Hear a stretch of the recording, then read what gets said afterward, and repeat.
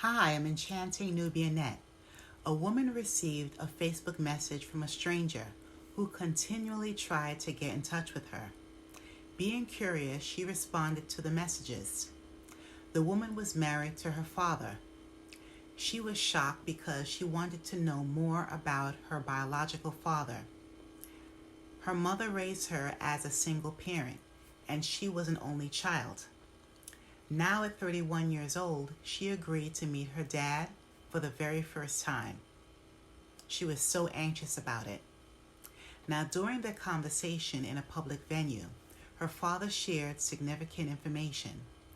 First, she was born out of wedlock and that she was the youngest of a few siblings.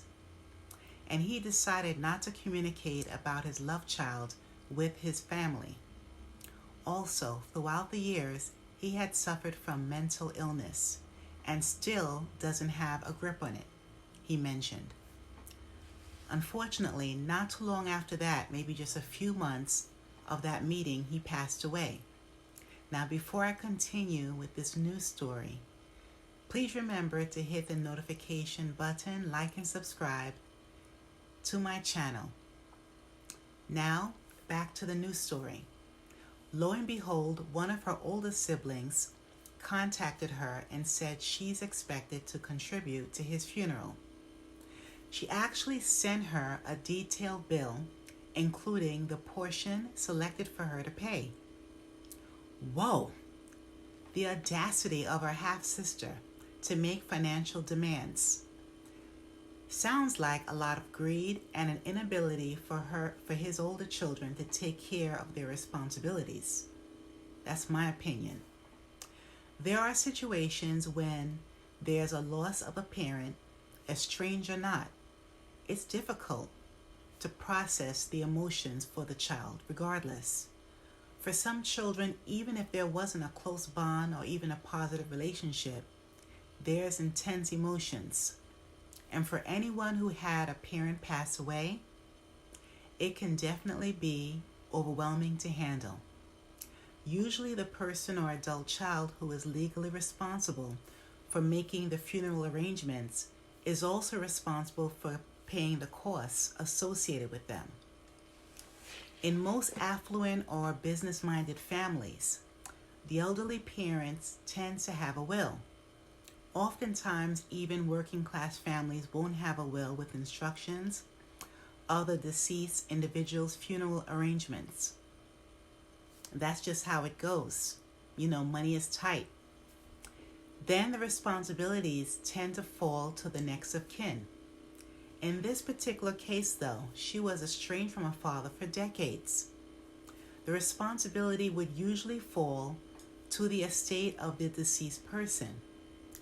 But since there isn't an estate, her siblings and perhaps any relatives of him can work out a payment plan. Firmly, the woman stated that she recently met her father. He never supported her mother with bills toward her food, clothing, school supplies, or anything of that nature. So, she refuses to make any funeral arrangements or payments. Next, her older half-sister wrote to her something along the lines of, well, since she won't pay, she isn't invited to their dad's funeral, or even anything that happens afterwards. In most cases, if the adult children don't want to pay for the funeral costs, that's their prerogative. The funeral charges can be paid for by using savings or money from the parent's retirement, and or even selling items like their vehicle, jewelry, or other liabilities. If a parent doesn't have an estate or additional methods to pay for their funeral, and the surviving children aren't able to make payments, some expenses may be paid by the Social Security lump sum death payment. However, the deceased parent must be eligible, meaning the parent has to have worked many decades or a specific amount of time to earn money. Usually the payment is $255 to the surviving spouse or child. I know, this amount is extremely low, especially because of the high expenses and inflation during these times. But since their father suffered from a mental illness, he should have received supplemental security income or SSI benefits. These are the benefits to disabled adults and children who meet the financial criteria. And low-income adults over age 65 without disabilities can also qualify for SSI benefits too. It depends on the financial requirements or the job wages. Since SSI does not pay for funeral expenses, the company does award recipients a small death benefit for surviving family members. Also, a parent who served in the U.S. military is entitled to be buried free of charge. The deceased parent will be buried in a national cemetery. Another option, if the loved ones prefer to bury the parent elsewhere, the Veterans Administration will assist with those finances. I'm not sure if it's 100% depending on the military branch, number of years served, rank, etc. If the children of the deceased are not able to afford or unwilling to pay the funeral costs, many counties will make partial payments.